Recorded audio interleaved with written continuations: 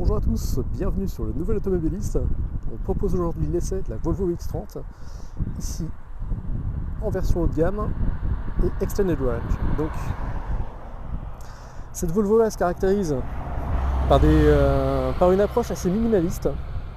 Ça se traduit par une esthétique qui est pas surchargée, qui est, je trouve, très réussie. Et surtout, ça se traduit par pas mal de détails à bord qu'on va vous montrer. On va commencer par un petit détail rigolo et qu'on n'avait pas franchement vu ailleurs, c'est l'ouverture du coffre. Vous avez un petit diagramme qui vous explique ici ce que vous pouvez ou non mettre à bord de votre Volvo. C'est assez original. Hop. La vraie originalité, elle se trouve à bord. Et même à l'extérieur, remarquez que ces rétroviseurs dépourvus de cadre. D'une part dans l'approche couleur et matière, avec beaucoup de recyclés, comme ces garnitures de porte ici, cette très original décor de planches de bord et de portière que j'aurai un peu de peine à vous décrire.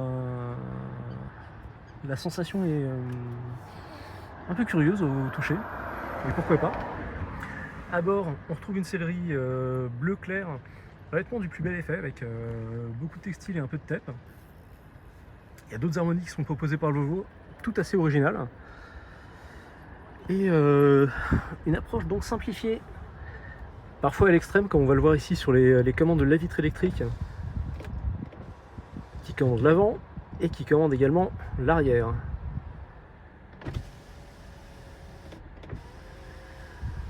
Là, on aurait apprécié un petit peu moins de simplification, on va dire.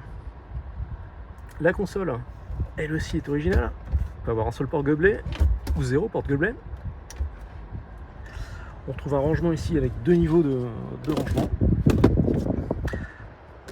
Une charge à induction pour le téléphone. Malheureusement, le téléphone a trop tendance à glisser. Et donc le cockpit qui est hyper simplifié. Donc la planche de bord, il n'y a pas grand chose dessus. Simplement des aérateurs, un très grand multimédia qu'on vous détaillera un peu plus amplement à l'écrit, mais qui a le mérite d'être très très réactif. Une boîte à gants qui est centrale, qui se commande ainsi, donc il n'y a rien côté passager ici.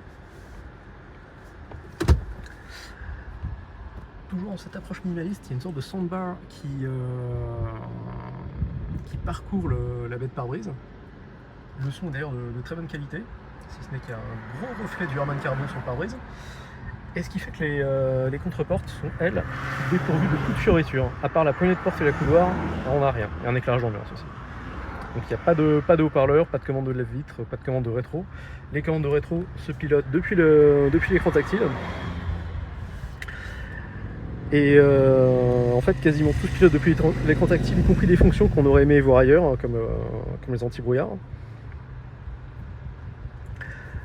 Globalement, c'est très original à bord, très simplifié et assez valorisant, à vrai dire, assez technologique.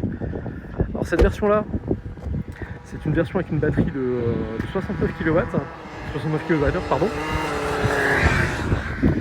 pour une puissance de 272 chevaux, donc le véhicule est assez performant en propulsion ici, et une autonomie WLTP donnée autour de 480 km. Alors plus de détails sur la consommation, les sensations de conduite, l'ergonomie, on vous donne rendez-vous dans notre essai à l'écrit sur notre site internet. D'ici là, à très bientôt!